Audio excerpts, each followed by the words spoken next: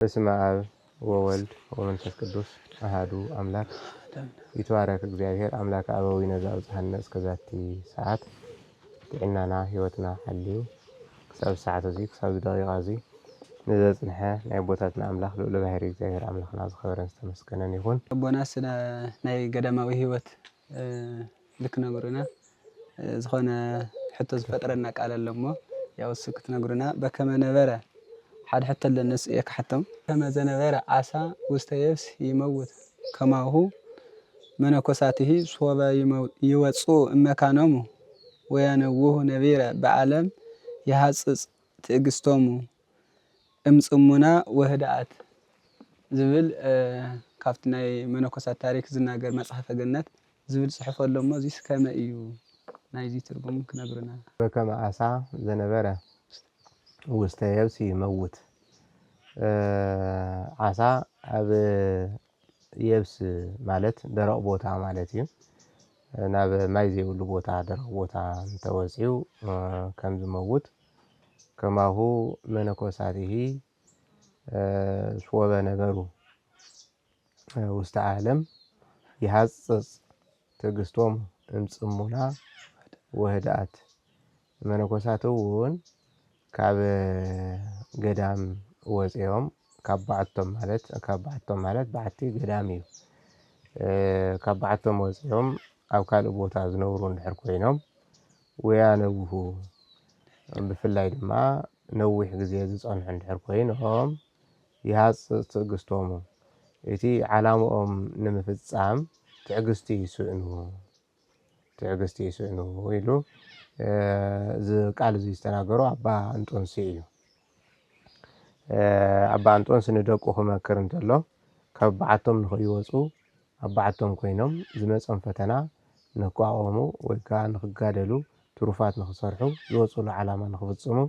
ኣብ በዓቶም ምቹው ከም ዝኾነ ክልተ ነገራት መሲሉሎም ኣሎ። ካብ ዝቐፂሉ ሓደ እንታይ ኢልዎም ሓደ ምሳሌ እንታይ ኢልዎም ኣሎ ዘይነብር ውስተ የብስ ኣብ ቦታ ኣብ ደረቕ ቦታ ኣብ በረኻ ሰብ ዘይብሉ ከተማ ዘይኮነ በዝሒ ሰብ ዘይብሉ ኣብ ገዳም ዝቕመጥ ሰብ ካብ ሰለስተ ነገር ንነብሱ የዕርፋ ኢሉ ይድህን እምሰለስቱ ካብ ሰለስተ ጦርነት ይድሕን ኢልዎ። ንሳቶም እንታይ እዮም? እቲ ሓደ ምስማዕ፣ ትመበል ካልኣይ ሓምየት፣ ትመበል ሳልሳይ ድማ ምርኣይ ወሳልሱ ርኢ ኢሉ ዘያቆስላ ለነብስ ትመበል ሳልሳይ ምርኣይ እዩ ንሱ እውን ንነብሲ ዘቁስል እዩ ኢሉ ሰብ ከም ዝፍለጥ ሓሙሽተ ህዋሳት ኣለዎ ናይ ስምዒት ህዋሳት ዝበሃሉ ንሳቶም እንድሕር ሪኦም ዓይኒ ክርኢ እንተሎ ንዓይኒ ህሊና እዝኒ ክሰምዕ እንተሎ ንእዝኒ ህሊና ኣፍንጫ ኢድ ኩሎም እቶም ህዋሳት ዝኾነ ነገር ክድህስሱ እንተለው ነቲ ናይ ውሽጢ የቕብሉ እሞ ናይ ውሽጢ ድማ ተቐቢሉ ንምትግባር ኣእምሮ ንምትግባር የለዓዕልዎ ማለት እዩ። ስለዚ ሓደ ሰብ ካብ ገዳም ካብ ሓደ መነኩሴ ወይ ሓደ ኣቦ ካብ ገዳም ወፂኡ ናብ ከተማ ክኸይድ እንተሎ ይሐጽጽ ትዕግስቶሙ ዝበሎ እቲ መጀመርያ ዝወፀሉ ዓላማ ንጽህና ሒዙ ብጾም ብጸሎት ጽሙድ ኮይኑ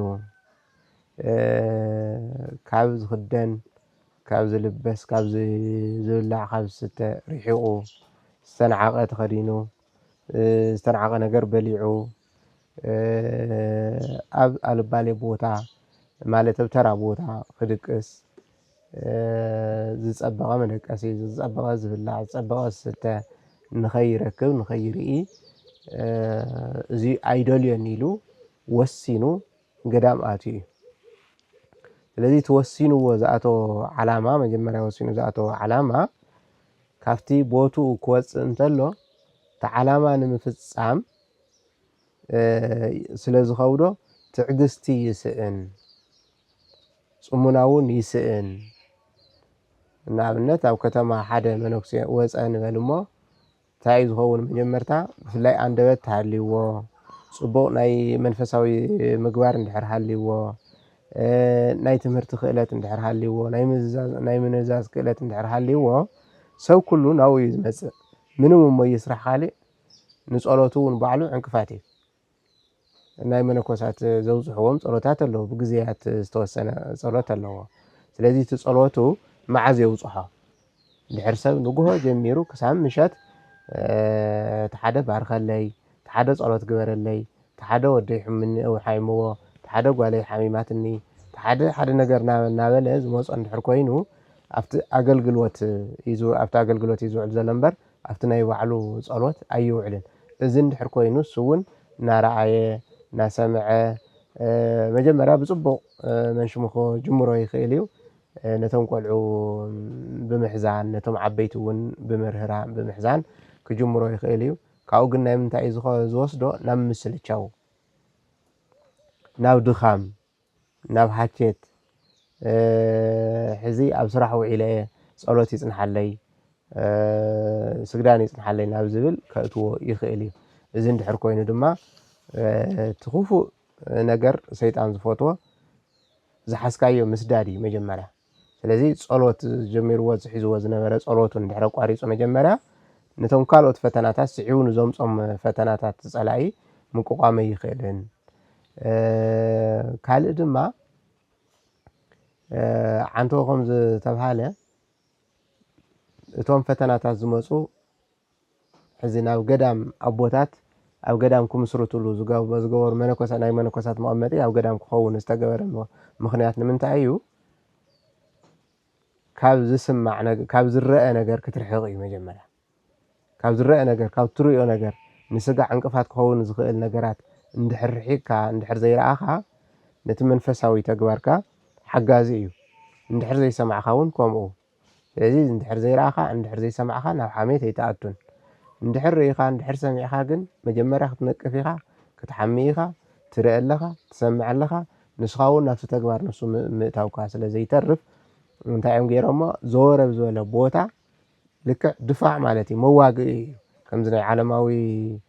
ድፋዕ ናይ ጦር መዋግኢ ናይ መነኮሳት ድማ ገዳም ድፋዕ ማለት እዩ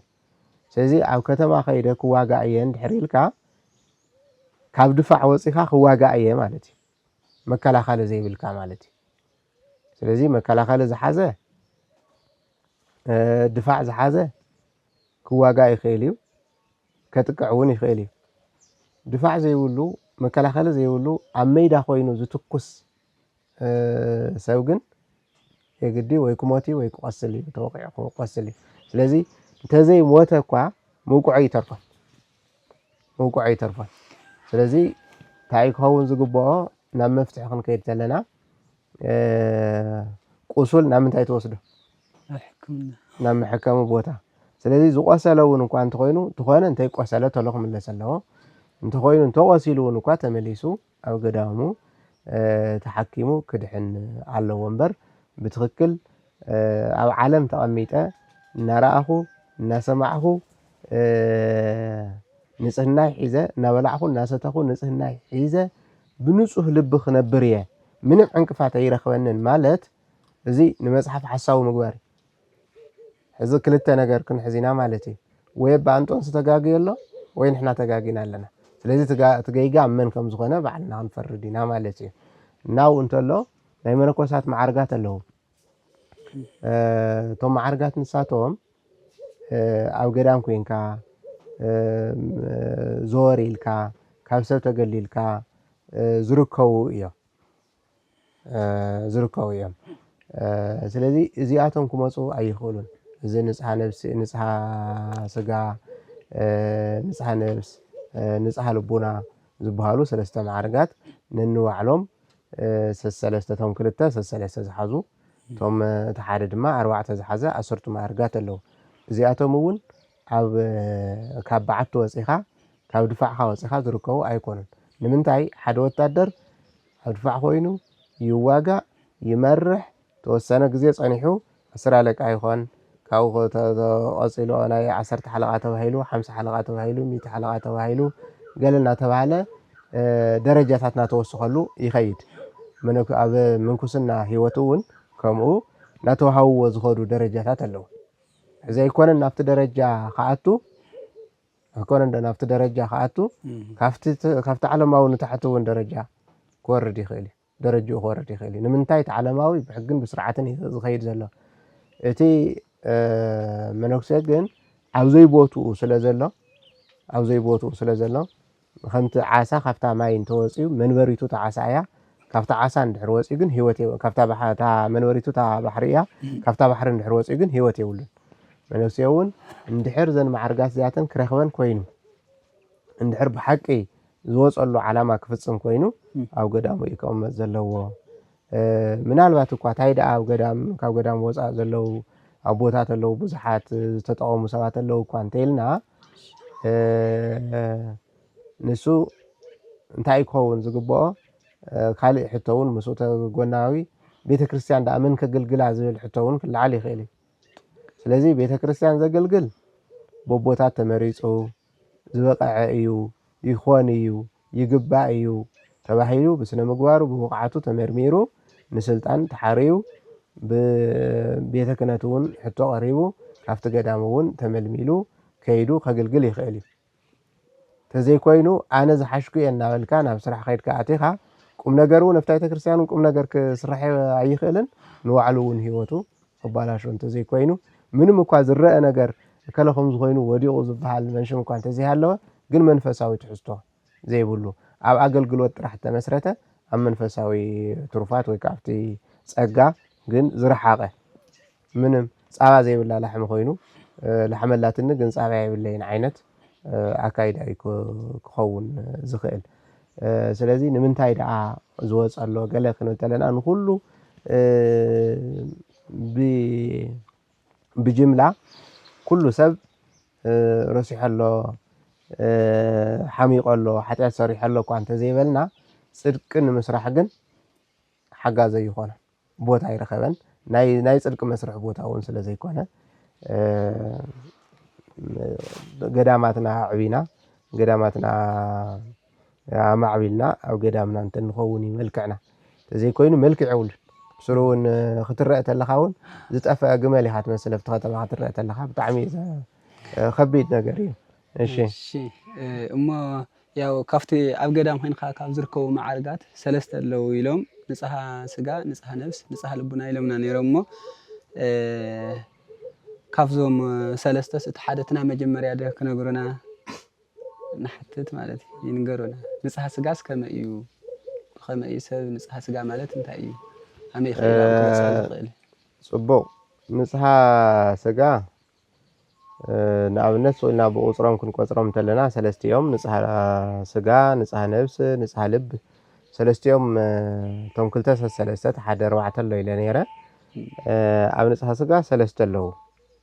ጽማውየ ልባውየ ጣዕመ ዝማርያ ይባሃሉ ኣብ ንጽሃ ነፍስ ድማ ኣንብ ኩነንየ ፍቅር ሁሰት ይባሃሉ ኣርባዕተ ሽዱሽተ ዶ ኣብ ንጽሃ ልቡና ድማ ነጽሮተ መላእክት ተሰጥሞ ብርሃን በብርሃን ማለት እዩ በብርሃን መስጣም ማለት እዩ ከዊነ እሳት ወይ ድማ ንጽሃ ልቡና ናይ መወዳእታ 10 ማዕርግ ይባሃል ማለት እዩ እዚኣቶም እዮም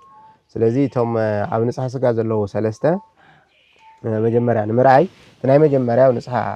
ስጋ ዘሎ ማዕርግ ጽማውየ ይባሃል ጽማውየ ማለት ክልተ ዓይነት ትርጉም ኣለዎ ሓደ ጸጥታ ማለት እዩ ጸጥ ዝበለ ቦታ ዘይምስማዕ ዝስማዕ ዝረአ ዘይብሉ ህድኣት ናይ ልብ ህድኣት ናይ ውሽጢ ህድኣት ማለት እዩ እቲ ካልኣይ ትርጉሙ ምጽማም ማለት እዩ ብስሩ ጨሪስካ ምጽማም ማለት እዩ ስለዚ ካብቲ ናይ መጀመርያ ክንርኢ ተለና ኣቦታት ናይ መጀመርያ ማዕርግ ናይ ቅድስና ማዕርግ ናብ ጽማውየ ክወጽሑ እንተለዉ መጀመርያ ካብ ንግግር እዮም ዝቁጥቡ በዓልቶም ጽማውየ ማለት ምስ ኣርምሞ ተተሓሓዘ እዩ ንግግር እዮም ዝቁጥቡ ንግግር ምስ ዓለማዊ ዝኾነ ዝሃጠው ቆጠው ኩልና ንዛረቦ ተራ ነገራት ኣይዛረብን ኣብ ጽማውየ ደረጃ ዝበጽሐ ሰብ ተራ ነገራት ኣይዛረብን ኣው እንተሎ ስለ ባዕሉ ኣይናገርን ኣይጅሃርን ኣነ ኸምዚ እየ أنا زي سرح منفساوية زين تسرحكو حزي عولو من تاريخهم ما ببمدي يكون ببيجلا بزرخو كايو عبو يكون قشي جلا كله ويممن زي جرا زي تجوركو أو زي تجور خدكو زي قدام زي تسعمكو أو تسمعوا زي بس حسب سلبعلو بحسيرو أي جهارن أي مكحل سلبعلو هو تفتصمو بقلص قالو درجة يقولون أي قلص زيتنا أي مجمرتا تعشميه مزيو تحتنا الله انت قصل ناي وشتي هدأت اللو نلعلن نتحتن أي ورجن سقون سونتو حمشتي يوم هواساتو بزي مرأي بزي مسمع عقيتو سلاز حزم صت يقولوا أين قانقون أين ناوزون بزرعيو بزسمعه كله أيو السدن دقاوي عينو شفينو بعين هلنا دقاو إذنو شفينو بإذن هلنا دقاو إيدو شفينو بإيد هلنا مس فتعريو زرخب سب مالتيو أو انتلو صماميو أو زو كوفيل كاس سلازخونه ነገር ናውጋዕኻ ንሱ ኣብዚ ምሳኻ የለን ኣብዚ ቦታ እዚ የለን ንሱ ኣብ ጽማዊ ማዕረግ ይዘሎ ንስኻ ኮፊልካ ዝኾነ ዘይኮነ ብዙሕ ነገር ክትቀባጥር ትኽእል ኢኻ ተተናጊርካዮ ታይበልካ ይዝብለካ እምበር ንሱ ምስ እግዚአብሔር ከይዲ ነይሩ ናይ ተመስጦ መንፈስ ኣብ ሰለስቲኦም ተመስጦ ናይ ተመስጦ ጸጋ ኣለዎም እቲ ዝበለጸ ኣብ ጣዕመ ዝማሬ እዩ ዝመጽእ ግን ካብዚ ጀሚሩ ይጅምርቲ ተመስጦውን ስለዚህ ሰለስተ ነገራት ንርአ ኣብ ጽማዊ መጀመርታ ካብዚ ስማዕ ካብ ዝረአ ደጋዊ ነገር ብስጋ ዝስማዕ ስጋዊ ነገራት ኩሉ ዘይሰምዕ ዘይርኢ ዘየዳምጽ ዘይርድኦ ማለት እዩ ኣብ ጽማዊ ዝበጽሐ ሰብ ትመበልካ ላይ ደጋዊ እዝኑ ሸፊኑ ውሳጣዊ እዝኑ እንደገና ንቃለ እግዚአብሔር ዝኸፈተ ንቃለ እግዚአብሔር ዝኸፈተ እቲ መበል ሳልሳይ ድማ ኣብ ጽማዊ አፉውን ኣብ ዝኾነን ዘይኮነን ዘይናገር አፉውን አፍታት ተድሊ ሰዓት ሰብ ከሓቶ እንተሎ ነታ ተድሊ ተግባር ጥራሕ መልሲ ሂቡ ካው ቀጺሉ ዘይናገር አይናገር እዚ ናይ መጀመርያ ማዕርግ እዩ ኣብዚ ማዕርግ እዚ ዝወጽሑ ቅዱሳን ከም ኣብነት ክነልዕል ቅዱስ ዮሐንስ አፈወርቅ ኣብዚ ዮሐንስ ሐጺር ኣብዚ ማዕርግ እዚ እንሃለወ ዕዳጋ እናኸደ ከፈር ይሸጥ ነይሩ ባዕሉ ዝሰርሖ ተግባር እዱ ና ወሰደ ዕዳጋ ይሸጥ ነይሩ ካው ኣብ ጽማዊ እዩ ዘሎ ንሱ እዚ ማዕርግ እዚ ዝወጽሑ ሰባት መላእክት ይርእዮም ኣጋንንት ይርእዮም ነብሳት ይርእዮም ናበይ ይኸዱ ኣለዉ ከመይ ኩነታቶም ኣይፈልጡን ካው ኣብ ጽማዊ በጽሒስ ከፈሩ ክሸጥ ኮፍ ኢልና ኣሎ ኣብ ጽማዊ እዩ ዘሎ ተመስጦ ኣለዎ ኢለኩም ኣብ ጽማዊ ኮፍ ኢልና ኣሎስ መላእክት ናወጹ ናወረዱ ናበይ ይኸዱ ናበይ ታይ ይሰርሑ ኣለዉ ግን ኣይፈለጠን ግን እንትወጹ እንትወርዱ እንትሓልፉ ይረአ ኣሎ ኣብ ሓደ ከፈር ክዕድግ ዝመጸ ሰብ ከፈር ክንደይ ኢልዎ ሚካኤል ኑ የአቢ ወይ ገብርኤል ሚካኤል ገብርኤል ይዛዕቢ ኢሉ ኣብቱ ዝነበሮ ተመስጦ ንሱ ጽማዊ ዝነበሮ ንሱ መልስሉ ዝሓተቶ መሲልዎ ማለት እዩ ስለዚህ ኣብ ጽማዊ ዝወጽሑ ሰባት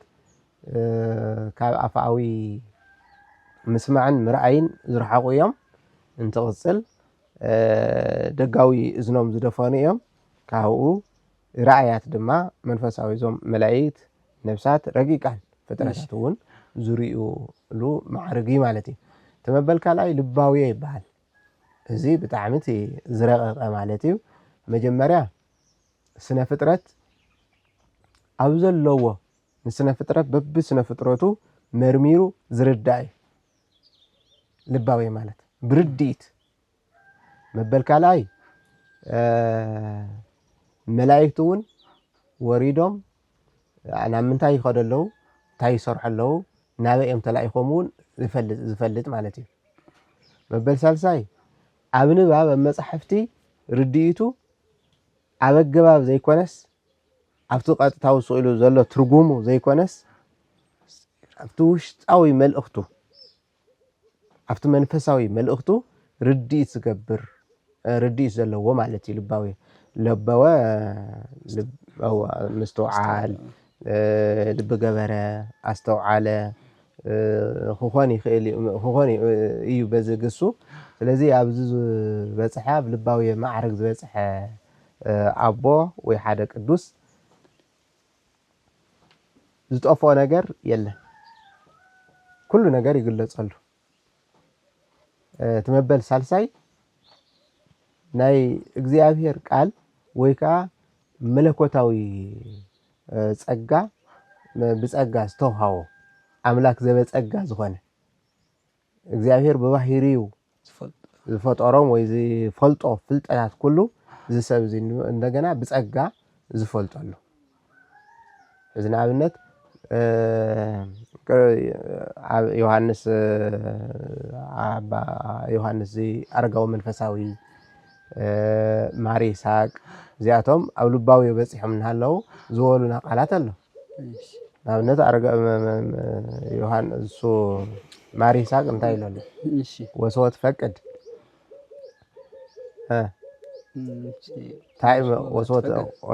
ታይምር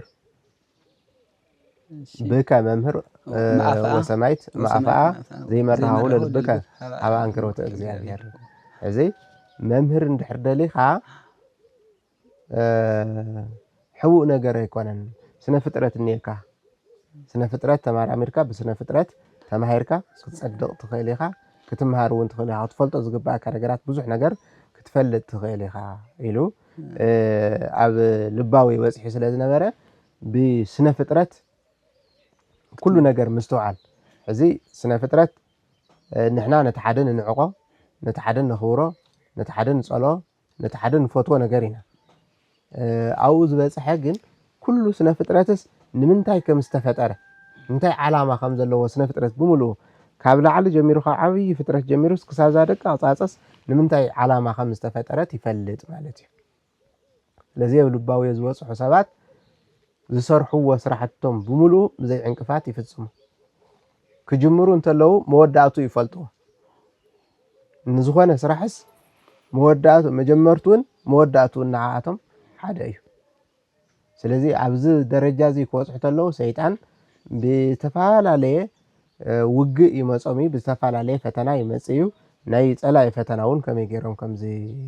ከም ዘኽሽፉ ወይ ከም ዝስዕሩ ዝፈልጥሉ ማዕርግ እዩ ማለት እዩ ልባዊ ማለት ተመበል ሳልሳይ ጣዕመ ዝማርየ እዩ ጣዕመ ዝማርየ ማለት 24 ሰዓት ብዘይ ምንም ድኻም